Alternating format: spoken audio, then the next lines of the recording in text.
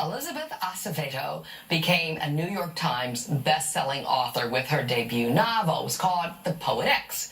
And she's been described as poignant and real and beautiful and intense. And her latest book, With the Fire on High, is a novel in prose about a high school student who has also become a young mother. She is filled with talent and pride and a drive to feed the soul. Elizabeth Acevedo joining us this morning. Good to have you back on Good Day. Thanks so much for having me, Lori. Oh my, it's just a pleasure. In Poet X, we had you on talking about that. How successful did that book become? It was beyond my wildest imaginations. I mean, when I sat here, the book had just come out. I wasn't sure who was reading this novel. At this point, it's won 7 national awards. It's made the list so many different times. I'm getting emails from everyone from 8th graders to 80-year-olds telling me like what they're finding in the story, and I'm so thrilled. Because they can relate to it so much, right? Yeah, I think there are things they don't even know they can relate to, and then they're like, wait, I know that experience of womanhood, or I know that experience of being a mother, or I know that experience of being a teen. Things I didn't think folks would be connecting to, people feel seen by. And you tap into that with The Fire on High as well. In fact, I saw one review that called it literary soul food. Right. And I mean, what an outstanding review. It was very kind. The board, right? Absolutely. So it's about a young girl in Philly who is in high school, but she has this desire and drive and dream to be a chef. Right. And she's also a mom. That I think the way that often we talk about young mother or teen parents is in a way that is very stigmatized. And we think that if you've made this decision in your life at a young age, you can't have dreams. And that Imani not only has these dreams of being a chef, she has magic, right? Her food makes you feel all kinds of things. And I wanted to think about what is the brilliance that we discount from everyday people, from people who we might think as victims, or we might think as statistics, that in fact they have these gifts that we don't see. You even dispel a couple things also. Tyrone, who is the father of the 2-year-old Emma, they co-parent together. And that, you know, if we go along with stereotypes, Tyrone would be nowhere. Right.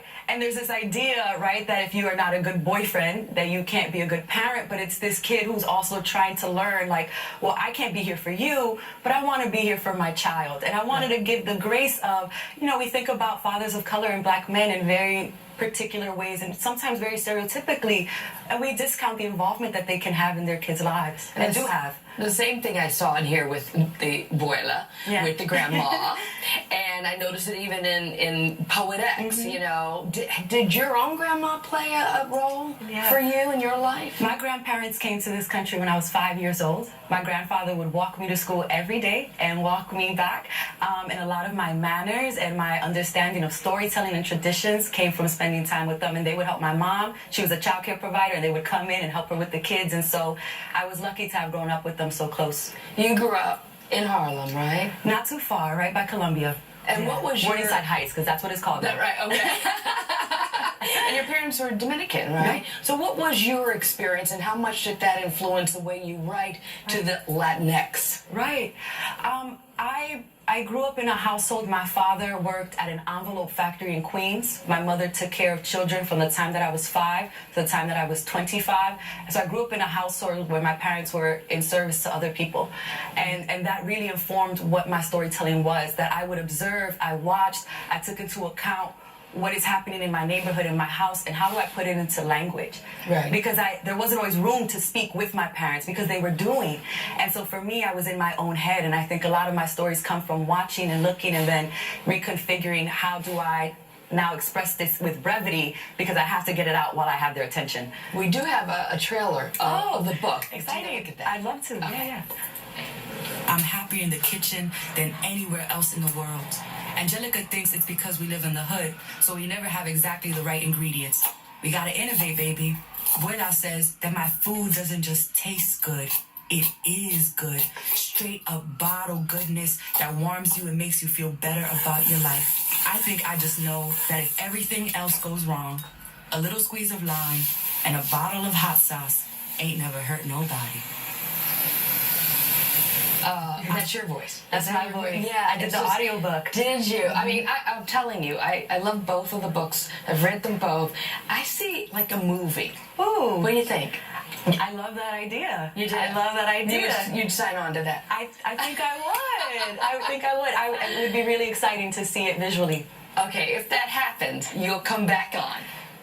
If that happens. I can't confirm or deny if that will happen, but if that happened, I'd love to be back. All right, Elizabeth, it's always Thank great you to so have you much. on Elizabeth Acevedo. The book is With the Fire on High, and you do have a book signing tonight in Jersey City, right? 7 p.m. at World Bookstore, and then tomorrow at the Schomburg Right, 7 Center, o'clock right? tonight and tomorrow, All right, Schomburg Center. at 6:30 tomorrow. Yes. Okay, Yes. great. Thanks so much, Lori. Much success. Thank